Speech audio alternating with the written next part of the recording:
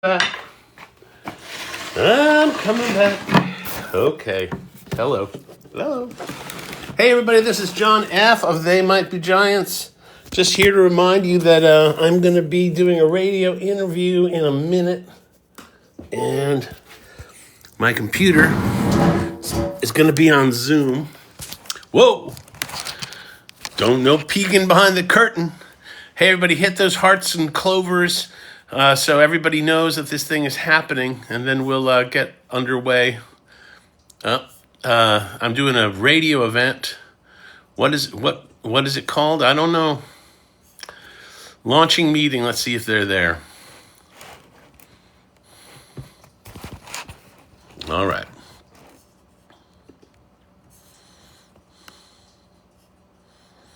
It's Benjamin Gordon's personal meeting room.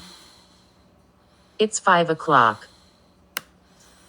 It's 5 o'clock.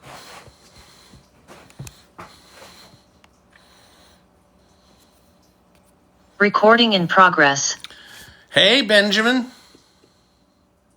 Hold on. I'm unmuted. I'm muted now. Can you hear me now? I can hear you. Sorry about the visual, but I was on my computer in my living room where the lighting is a little bit better, but the computer ran out of juice, so I had to plug it in. So I look kind of crazy. No worries. Thanks for doing the show.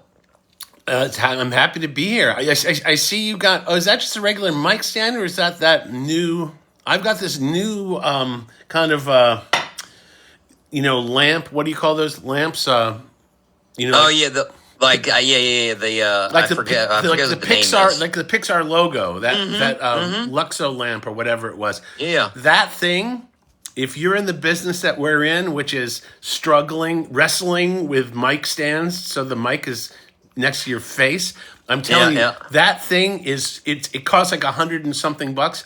It is so worth it. It's so beautifully, just so thoughtfully designed. They got the mic cable inside it, and you can swing it anywhere. It's a total lifesaver. The funny thing is when I have people in the studio, I have them for everybody else. Oh, there you go.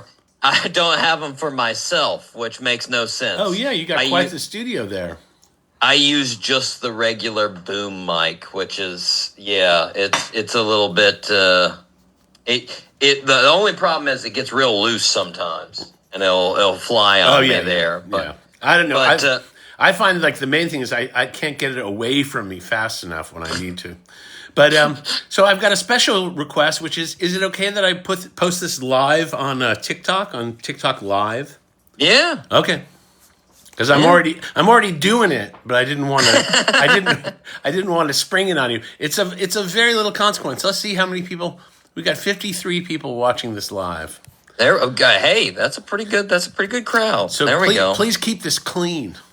Of course. Well, so this will be part of our show here to promote your guys' show coming up on the 28th in St. Petersburg.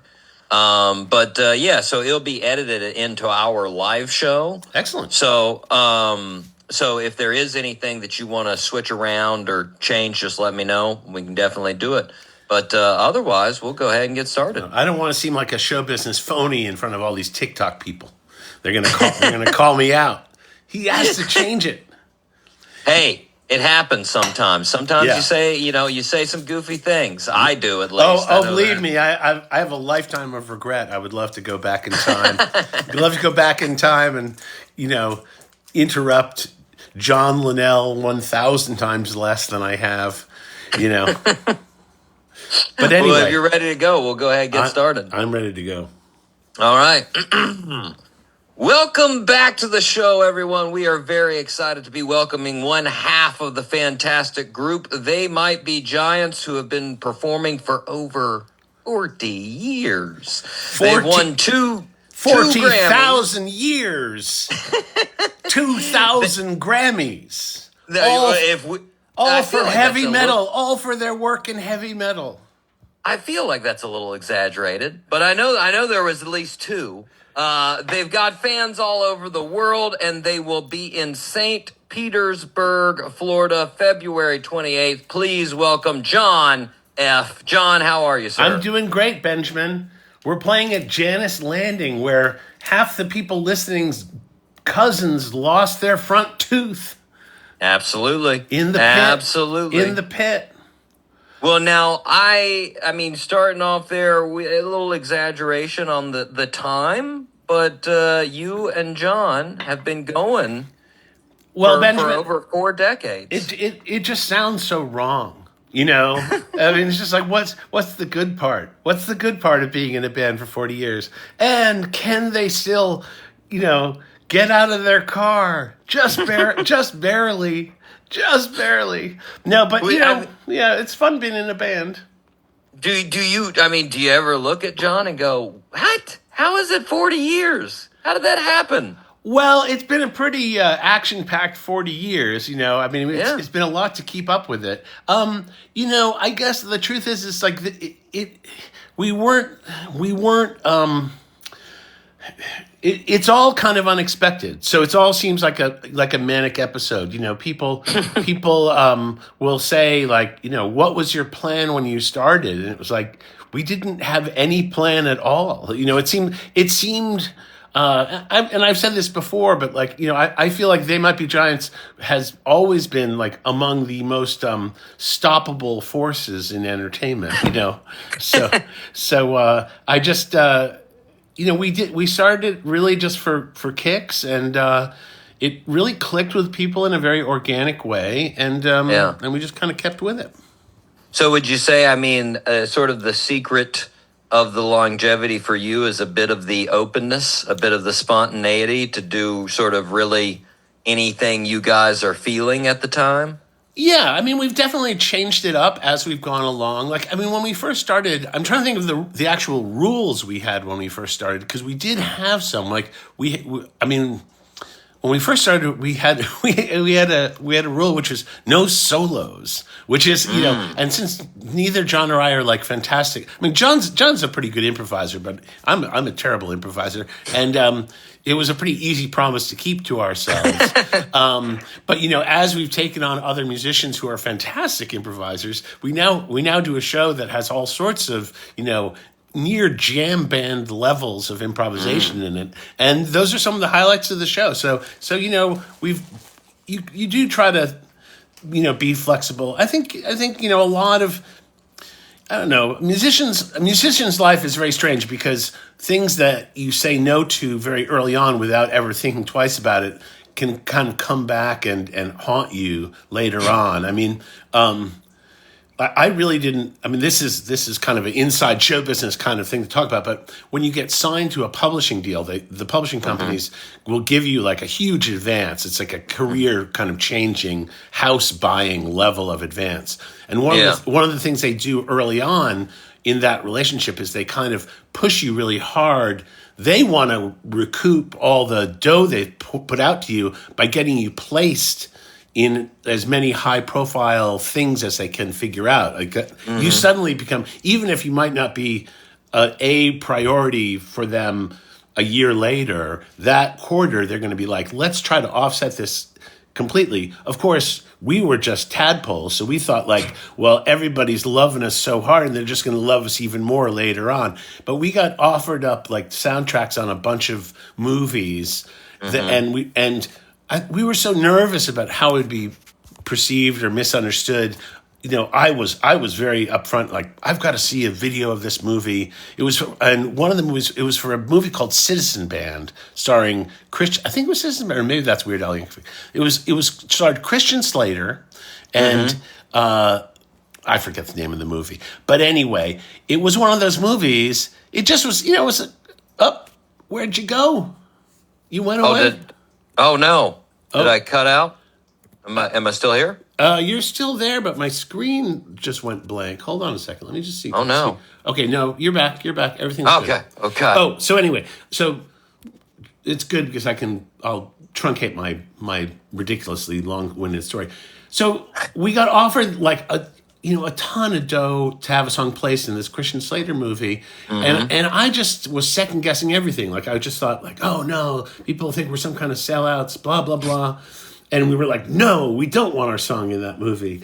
And then a couple of years later, I was talking. I was hanging out with Charles Thompson, the front guy from the Pixies, and he had a song in that movie. And like, no, nobody, and he was like, yeah, they gave us all this money. It was great. And I was like, oh, I'm so dumb. Like, why do I do these dumb things? I second guess everything. I'm like, what's wrong with me? I should have just grabbed the dough. Just be more open from the start. Yeah, I mean, I guess part of it was like things were, we grew up with the Beatles, and we grew up in a time when like there was a lot of second guessing about like what was right and wrong for like bands. These days, in a world of influencers, I think, people just think, anything that makes you better known is good for business for a lot of people. So. Well, and honestly, that's the other thing is as fast as things sort of come and go, even if you make a ridiculous decision, people will have forgot about it pretty quick. They'll move on pretty fast. Well, I know there's some people in the culture who are definitely banking on that right now. Well, you've got, through the career, you've got all these highlights. I mean, things that people would recognize, things that people know, the albums like Flood, theme songs. Right. When you're out and about, what would you say people like come up to you the most about? If they come up to you and say, hey, I just wanted to let you know, what's the They Might Be Giants thing they ask about the most? There are a lot or of people, talk about? There are a lot of people now who are like concert going age who grew up with our children's music. So we have a lot of, teenagers and young people at the show who basically are from They Might Be Giants families, which is very, which is, kind of makes me feel like Peter Tork, it's just like, okay, that's nice, but it's also, but it's very avuncular, it's kind of a slightly different vibe than, just being in a rock band. But, the enduring legacy of just having songs on MTV that really stood out, videos on MTV that really stood out, I think have really helped us. In a way, considering how ubiquitous the TV theme stuff was, it also seemed it was so faceless. I don't think people... I think a lot of your listeners would be surprised to find out, like, we did the theme song for The Daily Show with Jon Stewart for over a decade. We did multiple versions of it, and the version that's on it now still is like a remix version using the music that we recorded. The composition is by Bob Mould of Husker Du, and it's a really driving song, and we were kind of honored to be able to get to do our version of it, but it's stuck, and a ton of people know it, but it's sort of like, it's still kind of secret. I mean, a lot more people know the Malcolm in the Middle song is Us, I guess, because it has vocals, and, it's more up our alley in a regular way. That was, me and my brother were actually talking about it last night, because he didn't know you guys had done that, the version of The Daily Show, right? And he was like, yeah, well, a lot of things are sort of like that. He's like, even for a long time, I didn't realize when we were younger and we were watching MTV and the MTV news segment with the Megadeth bass clip that would come in, the doo-doo-doo-doo-doo-doo-doo, like, we didn't know that was a Megadeth song for like years, right? And then all of a sudden realized, oh, they just cut that. And like, I sort of wonder how many millions of people know that Daily Show intro and don't know, have no clue, of course, that it's you guys. Yeah, well, I mean, I don't know if you remember the end of the Daily Show, but they used to have like this credit roll that was going by at like a psychotically fast rate. Our name is in there somewhere. I've never seen it, but I mean, that's about all the credit that they gave us, so. If you freeze it, instant freeze there. Well, now, I mean, it amazed me, like, when I was going back and thinking about questions about doing this interview, it amazes me how deep some of your fans' dedication goes. Oh, yeah. I mean, the front row, as we call them, are an incredible, they are a force of nature. And it actually... it really, it's hard to even sum up how important it's been to our longevity, because they've really stuck with us. Like, the hard kind of harsh truth of a lot of bands is, you evolve, you do different things, you have different ideas, you approach things in different ways, your sound changes, and a lot of fans are like, I don't like it. They just jump off, Yeah. and it's not like they loved you when they loved you, but they're not necessarily like that fully invested in kind of Ride or die. Yeah. ride or die, and for whatever reason, and I'm not exactly sure why it is, but we've been extremely fortunate, and it just seems like, we have more people following the band now than ever. I know that's one of those things that people say that is like it's a kind of a phony sounding thing to say, but like we just got back from this UK tour. We played for like almost 9,000 people in London over the course of 2 nights. We barely played for 2,000 people in London. On any tour of the UK that we've ever done in our entire history of performing. Like, we're doing 2-night stands almost everywhere we go. We're selling out like so many. It's just weird. It's just I don't know. It's hard to keep up with, to be perfectly honest with you. Do you? I mean, you were talking about like some of the fans that were fans of like your children's songs that now go. Do you think, like, because I was talking about this with just another artist yesterday, do you see a good amount of people that like just catch a video on social media of They Might Be Giants and then are like, oh, they're in town? Like, have you ever ran into those people that aren't like the super dedicated fans, but literally sure. is like one video and they came in? Oh yeah, I mean, there are always people at our shows that have either been like dragged along by their friends, and I think, when we're constructing the show, one of the things that we try to always keep in mind is like, what would it be like to experience what we're doing if you really didn't know anything about us? Like, how do we kind of confect? How do we organize ourselves in a way that's going to be persuasive for them? Because I mean, I think one thing that scares people about any band that's like we don't want to be like the cultural cilantro of alternative music. It's very easy to when you're in a band that kind of runs to the left of center, you run the risk of people leaning on the leave part of Take It or Leave It, so we try to do stuff that that you can kind of understand the appeal of immediately, and that doesn't have to mean like we are just doing our most popular songs. Like, I remember we do a song called Older. John Linnell put the song together like around the 2000s, right? Actually, when we started doing kid stuff, but it was on one of our adult albums. And the thing that was so fantastic about the song is that you can experience the song in a completely linear way. Like, you don't have to have ever heard it before, and it still is kind of surprising and exciting. And maybe the best time to hear it is the first time you hear it. But I just knew, like, when he played me the song, I was like, we are going to be playing this song, at every radio station we go to for the next 25 years.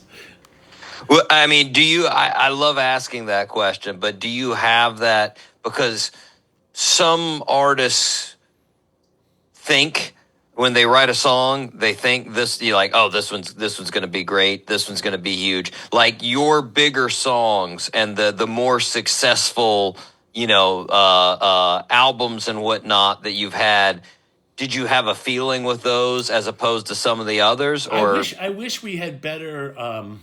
I mean, this is a conversation that John and I have had a bunch over the years. Like, I wish either of us had a better sense of how to write for an audience, or when you look at people who are like really good at it, like you look at somebody like Bono or like Prince, or there are people who have and even now, like, just like anybody who's like, there are people they're songwriters who are so tapped into their audience, they can really contour their writing to kind of to that crowd. I think we would be so much more successful if we had any ability to do that. I mean, we have a lot of ideas, but most of them seem like crazy ideas. I love connecting with people, just on as a performer.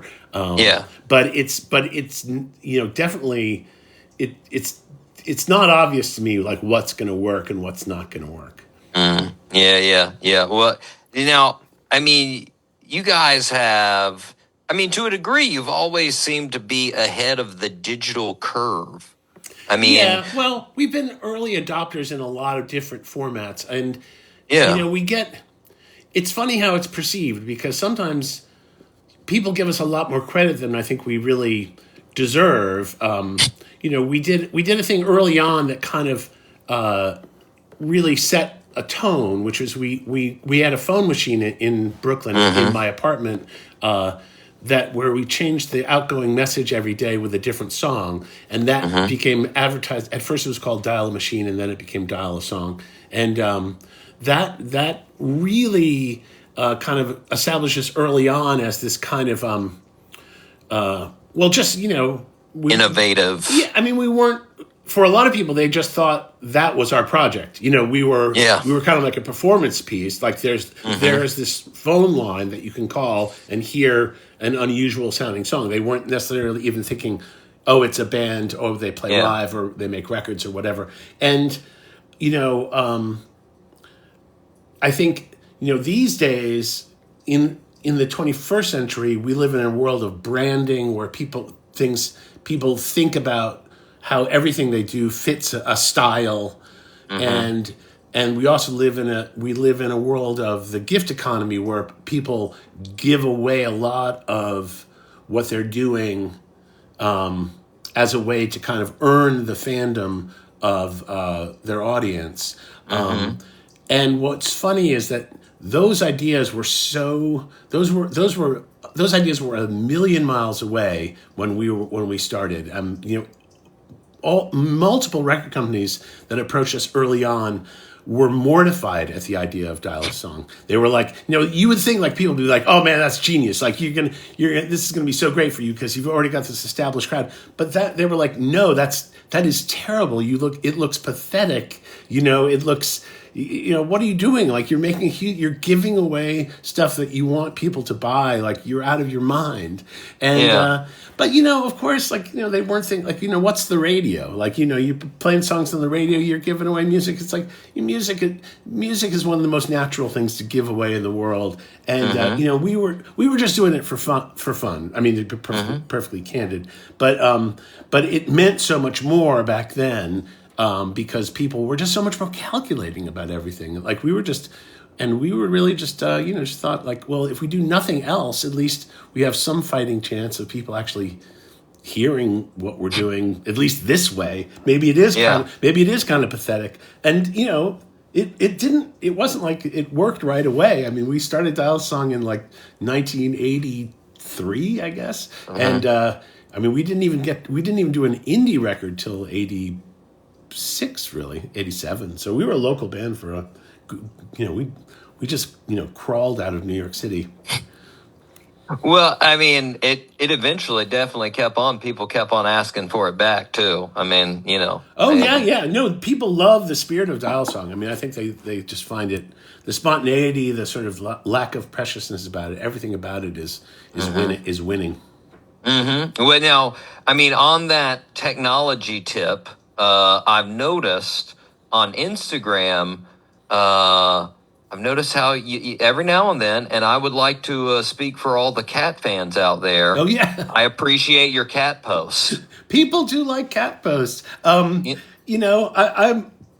love my cats. I'm surprised they aren't stepping on the keyboard right now.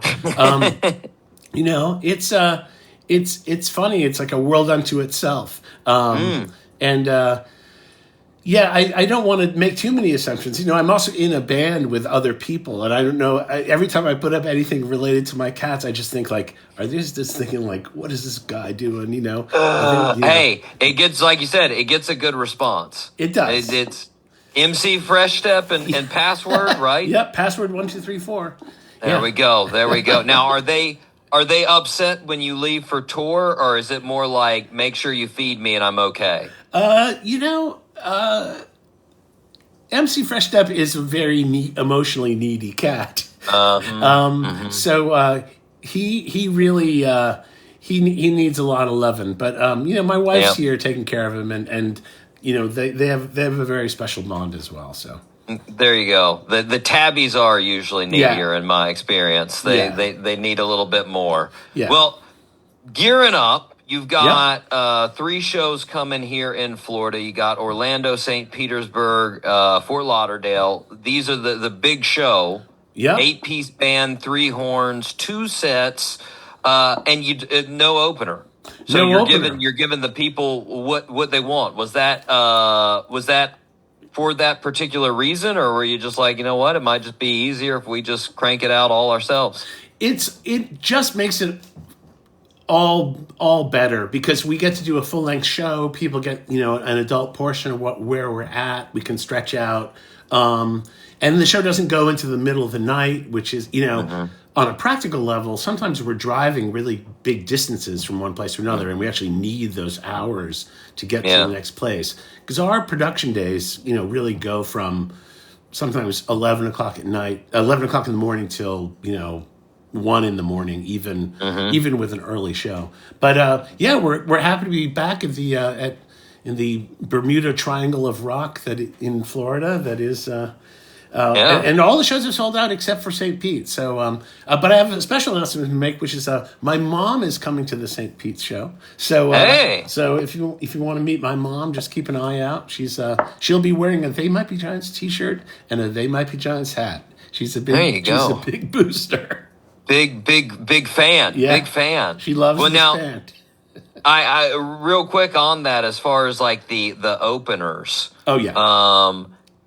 I've heard back in the day when you guys were sort of struggling to get up there, working your way through the ranks, you had some real weird matches of style with other bands, some weird amalgamations of shows where like you didn't necessarily match with who you were playing with. Well, I don't know who we'd match with. What was the weirdest, would you say, though, that you can think of that you were just like, man, this is going to be odd. This is going to be a weird show for us. Well, there are a couple of shows that my mom came to that we did in performance art spaces that are so transgressive I can't describe them on the radio. And my mom was at those shows. It seemed like my mom was like a magnet for the most obscene. We did a show. We played at Irving Plaza opening for do you remember the band Fishbone? Oh yeah. Now the band Fishbone was an interesting band because on record, if you're a Fishbone fan, you're probably familiar. They were not like a super amazing recording act. Like their songs were okay. They sort of sound like a little bit on the kind of like an okay day at the Red Hot Chili Pepper Corral. But what was amazing about Fishbone is their live show was just incendiary, if that's a word. I mean, it was like they were just insane. It was like watching like a Parliament Funkadelic, drinking like 20 Red Bulls. Like they were so jumped up on their personal crazy funk expression, and they just blew us off the stage. And it was actually, that show. I mean, we opened for a bunch of very big bands early on, and kind of realized like, maybe this might sort of be like kind of ego trippy sounding, but it was like, it's better to be like the star of your own life than to be like the warm up act for somebody else's amazing life. And, And because because They Might Be Giants is kind of a take it or leave it act, I think we felt like we were kind of serving ourselves better to feel confident about what we were doing rather than, I guess we just were probably a little fragile about what we were doing. Like we didn't feel like we didn't want to have to defend ourselves that much. We didn't. A lot of bands, being in a band is like being in a gang, and people feel very. They feel very strong and very proud of what they're doing. I think John and I felt a little bit, afraid that this really isn't for everybody, and that's okay. That's not so wrong. We've had a lot of amazing bands open for us. I mean, the Pixies opened for us, and Soul Coughing opened some shows, and they were absolutely amazing. And this band Moon Hooch that a lot of people know, the great band, opened for us a bunch. Perubu opened for us. So over the years we've had a lot of great musical openers. Did they win over your crowd? You think? Oh no, those bands? No. They didn't. See, that's the other thing. Is it like, whoever invented the idea of opening? Sometimes it's cruel, man. It's cruel. It's absolutely. It's hard to match. It's hard to match those fans. I mean, sometimes you get a good connection, but yeah, I've heard so many. Like I think the one band I can think of that like they were in a completely out of their element, but they sort of won people over. Was the stories about Alice in Chains going out with like true, like just hard metal bands. Oh, sure. But I think the Alice in Chains guys, they were secretly. I mean, they were in metal bands 3 years before. So they knew that world. But you know what act has opened for us a bunch. And totally won our crowd over was Jonathan Colton. That was a beautiful. He did a really stellar job of kind of keeping the ball rolling with our crowd. Well, I mean, I think you might have already mentioned it, but what's the thing you're most excited for coming down to Florida? It's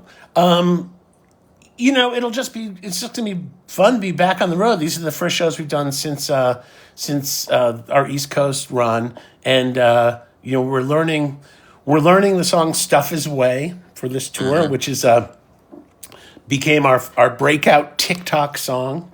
So we're enjoying that weird TikTok bounce that that legacy acts have when something from their deep catalog gets pulled out and applied to. We had the group Ann Arbor on the show.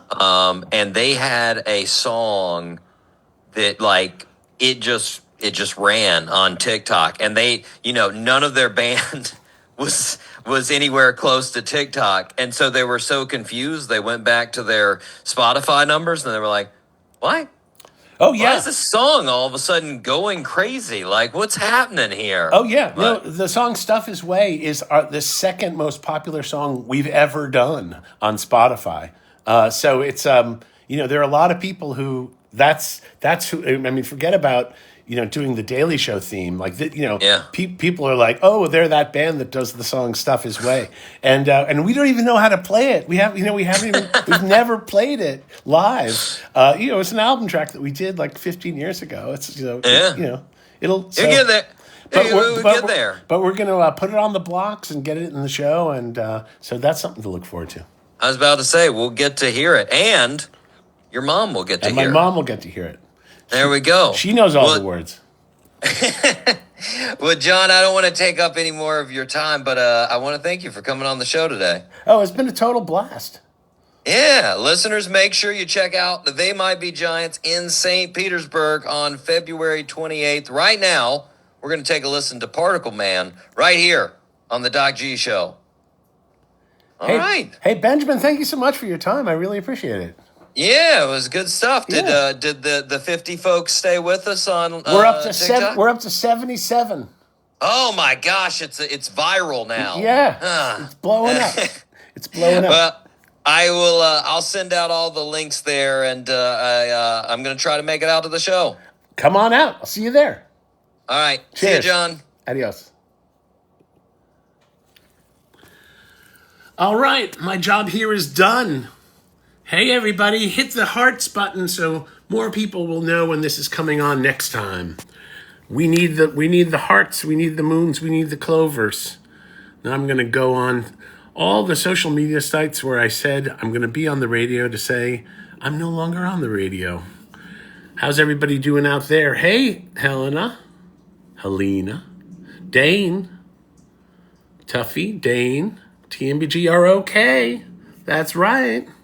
You got that right, my friend. Okay, here we go. Deleted. More. I need more. What do you call it? Oh yeah, somebody gave me a hat. Does this tell me with a show of hearts? Do you like this background? Is it annoying? Is it too manic? Is it too manic for you? I can't tell. Oh, there are 90 people watching now. That's an improvement. Let's see. I'm going to Facebook. I'm going to take that thing down. 88. We're losing them. Hey, everybody. I am John Flansburgh from They Might Be Giants. If you didn't know, we are touring Florida. We've got a show in St. Petersburg, Orlando, and Fort Lauderdale. St. Petersburg is the only show that still has tickets available. There are, I think, less than 100 tickets. I'm not positive, but I think that's where the ticket is at. I'm trying to delete a post on Facebook as I recite this. What's the big show with They Might Be Giants all about on January 28th in St. Petersburg? Well, it's about 8 live musicians, a 5-piece band, 3-piece horn section, doing 2 sets. We're doing no opener. Pointless swearing gets loud. That's the tagline. What else can I say? Folks, we're playing in Atlanta. We're playing in Los Angeles. We're playing in San Diego. We've got 1 show left in Portland, Oregon with tickets available. We've got 3 sold-out shows in Seattle. We are playing in Chattanooga, Tennessee. How many tickets are left for the Chattanooga show, you ask? Over 100,000. That's right, ladies and gentlemen, 100,000. Everybody loves Chattanooga. We will be adding 20 more shows in Chattanooga, reaching... How many people would that be? I can't even imagine. Folks, there are no openers in San Francisco. It's just a 2-hour evening with show with a 20-minute interval in the middle. We came up with the original and far more grim version of 402. Oh, read it. See you in Nashville. Yeah, convince your dad to go to the second night. That's right. Sage, do it. Are we coming back to the UK? We were just there, so I don't think we'll be back too soon. Philadelphia? I would love to play Philadelphia every weekend for the rest of my life. Will you ever come to Milwaukee again? I suspect we will. Are you opening for the Captain and Tennille? I hope so. Adelaide. Would Linnell ever come on here? I hope so. I have extra tickets for Orlando show if anyone's interested. Jay, don't sell your tickets on our social media. We don't like that. Why? Because we suspect you're lying. Pizza, everybody. Yes, more hearts, more pizza. We should move to Australia. How's Linnell doing? I think he's doing okay. I haven't talked to him in a little bit. I think you mean February 28th. Didn't I say 28th? I said 28th. How's your day been? Pizza. Enjoy. The background is cool. You enjoyed it. Okay, come to Raleigh. You're absolutely amazing. Got a set list from y'all in Brisbane. You were my first CD, John. You're serving Audrey Hepburn tea. That's right. Okay. Listen to your phonology song today. I'm going 400 miles an hour. Hi from Brisbane. Hilarious interview. Shared it live. It's funny. A bit nauseating, but I'm to be completely honest. Okay, that's what I was wondering about. Is it too much? Too much for your eyes. You love the background, says somebody else. I think it's awesome, says somebody else. Watch the road, John. Somebody says it's perfect. Somebody says it's funny. People like the background. A little manic, but fun. We love you that you're texting and driving. Why is the world in love again? The checkered Bandana eats. Well, there you go. We're all going so fast. Please, I do not like it. Sorry. Okay, well, I'm going to try to find another one. Thank you all for tuning in. I will talk to you later. Enjoy the day at the beach. It's great to be here. Always good vibes on TikTok. Everybody feel better about everything. I'm not saying things are going to be okay or go great, but let's just try to get the most out of this world while we're here. I'll talk to you later. Good vibes.